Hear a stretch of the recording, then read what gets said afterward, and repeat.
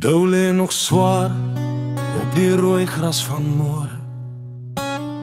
Die reuk van gewierolie vars in my neus. Ek onthou hoe ons stap voor die son ons kon skroei, met die hoop op 'n kudu of 'n blou wilde bees. Jy het geloop met die 303, die kolf in jou skouer, jou gakie en val en jou hoed laag getrek. Ek was maar net 10 en jou voetspoor my pa. In die stilte van die bosveld op ons eie plek.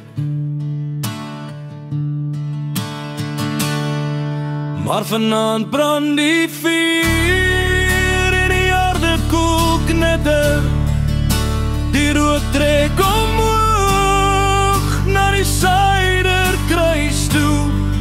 Ek hoor weer die naghuil en die jakkals wat blaf, maar die stilte langs my pad laat my nie met rus.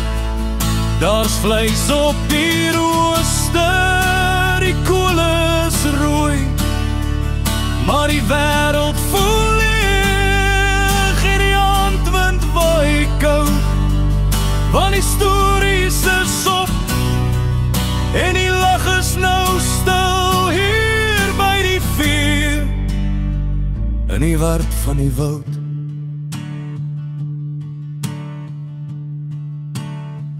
Ek onthou daar die skoot, hoe die klank deur die kloof trek. Die blou wilde beesbul wat sak in die gras.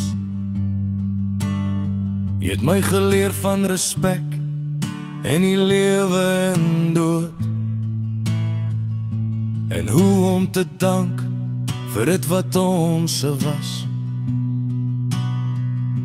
Ons het hom gelaai met sweet op die voorkop, en later die hand met die bloed van die son, het ons gesit by die lappa met 'n glasie in die hand, en gepraat oor die dinge wat 'n man net verstaan. Nou roes die gewere die slotte strand.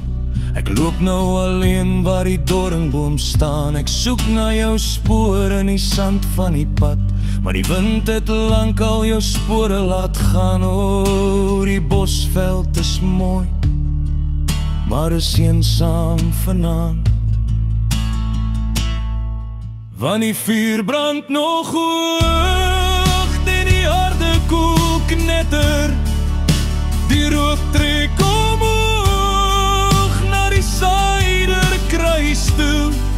Ek hoor weer die naghuil en die jakkals wat blaf, maar die stilte langs my pad laat my nie met rus.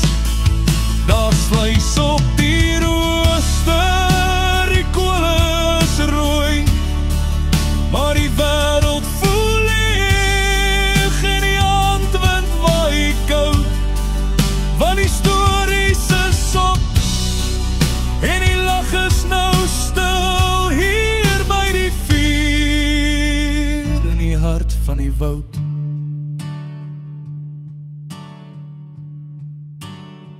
Ja, die stories is op, slaap sag, o, die vuur